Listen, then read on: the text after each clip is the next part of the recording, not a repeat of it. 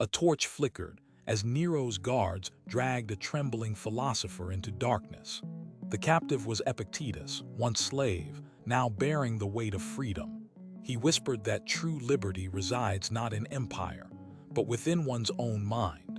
Around them, marble statues watched, their stone eyes reflecting Rome's relentless ambition. Suddenly, a sudden shout echoed.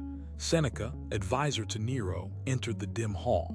He offered counsel, urging the emperor to temper cruelty with Stoic virtue.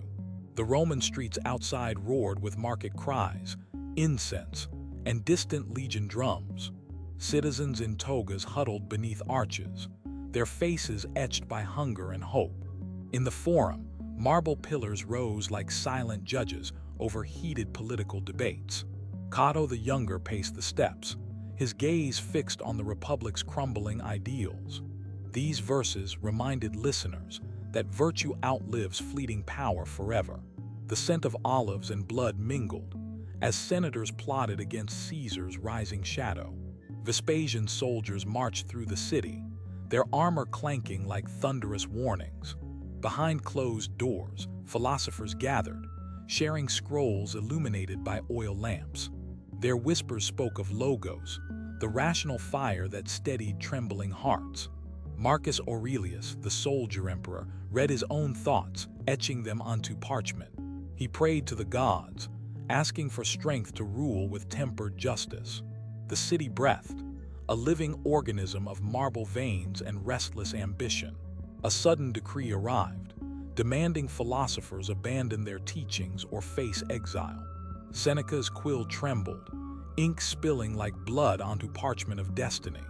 He warned Nero that tyranny devours even those who whisper truth in shadows. Nero laughed, his smile widening, unaware that the gods were already judging. The Senate erupted, accusations flying like daggers, each word a sharpened blade. Cato, standing alone, raised his hand, declaring he would die before surrendering. His voice echoed through marble corridors, a beacon for those clinging to virtue.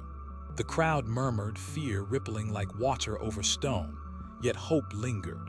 Meanwhile, Epictetus taught his students that external chains cannot bind inner freedom. His pupils listened, eyes glazed, absorbing the calm amid surrounding chaos.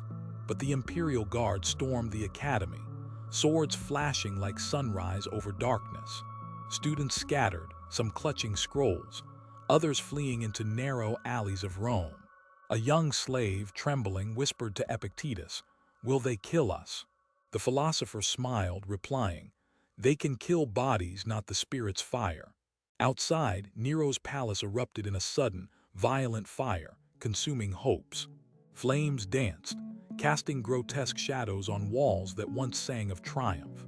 In the chaos, Seneca disappeared, his writings hidden within secret compartments. Rumors spread that he had forged a Stoic rebellion, daring the emperor.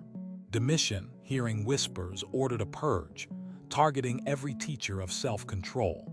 The streets filled with mournful laments, as philosophers' voices were silenced forever. When the smoke cleared, Rome lay bruised, its moral compass shattered. Cato's body, discovered beneath a collapsed column, became a martyr's emblem. Citizens gathered, chanting his name, hoping his Stoic resolve would resurrect. Marcus Aurelius, now emperor, turned to his meditations, seeking solace in philosophy. He wrote, "The universe's change. Our duty is to endure with grace." His troops, inspired, marched forward, bearing the banner of tempered courage.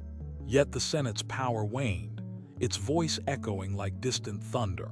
The empire's foundations trembled, as new emperors eyed the throne with greed. Stoic teachings survived, hidden in scrolls, whispered among slaves and scholars alike. Centuries later, archaeologists uncovered a marble bust bearing an inscription, "Virtus." The word echoed through history, reminding us that inner strength outlasts tyranny. Modern philosophers still debate, can Stoic calm survive in a world of chaos? The ancient Romans taught that freedom begins within, a fire no ruler can extinguish. Their legacy flickers, a candle in night, guiding those who dare listen. And maybe you realize the true crime lies in surrendering our own minds. When power threatens to silence reason, Stoic resilience becomes an act of rebellion. Every whispered philosophy in a tyrant's ear is a seed planting freedom. We, like Epictetus, can choose our judgments, even when chains clatter. Cato's suicide teaches that death without integrity is the ultimate defeat.